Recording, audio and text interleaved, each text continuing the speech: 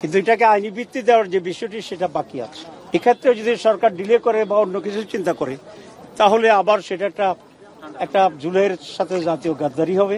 বাংলাদেশের রাজনীতি এবং প্রশাসনের ইতিহাস একটি গুরুত্বপূর্ণ দিন হিসেবে বিবেচিত হবে এবং এই জাতি ৫৪ বছরে বারবার যে নানা অপকর্ম প্রশাসনের সম্মুখীন হয়েছিল, আজকের এই জাতীয় সনদ আমরা যারা সকলে ঐকমত্যের মাধ্যমে সিগনেচার করেছি, এটা যদি সত্যি অর্থে বাস্তবায়িত হয় তাহলে এখানে রাজনীতির গুণগত পরিবর্তন হবে। আমরা আশা করি যেটি আজকে আমরা যে সমস্ত পয়েন্টে একমত হয়েছি, যারাই দায়িত্বে আসবেন তারা হুবহু এই সকল দাবি পূরণ করবেন। এখানে দুটো গুরুত্বপূর্ণ বিষয় আছে। একটা হচ্ছে আজকের সনদের সিগনেচারের মাধ্যমে এটার কি আইনি ভিত্তি হইল না হইল না, এটা আমরা সনদটা যেভাবে হয়েছে সেই সনদের সাথেই আমরা বলেছি আমরা একমত হয়েছি, কারণ আমরা বহুদিন ধরে এটা নিয়ে আলোচনা করেছি। কিন্তু এটাকে আইনি ভিত্তি দেওয়ার যে বিষয়টি সেটা বাকি আছে। এখন এটা অনেকেরই প্রশ্ন, আমাদের প্রতিও প্রশ্ন ছিল, যেটা আইনি ভিত্তি না দেওয়ার আগে আপনারা সাইন করলেন কেন?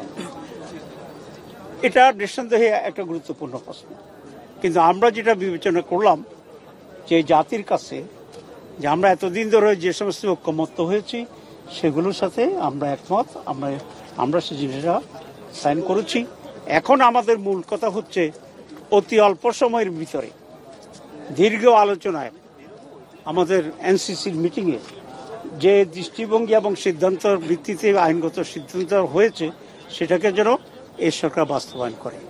এক্ষেত্রে যদি সরকার ডিলে করে বা অন্য কিছু চিন্তা করে তাহলে আবার সেটা একটা জুলাইয়ের সাথে জাতীয় গাদ্দারি হবে দলগুলো এবং নতুন করে রাজনৈতিক সংকট তৈরি হবে।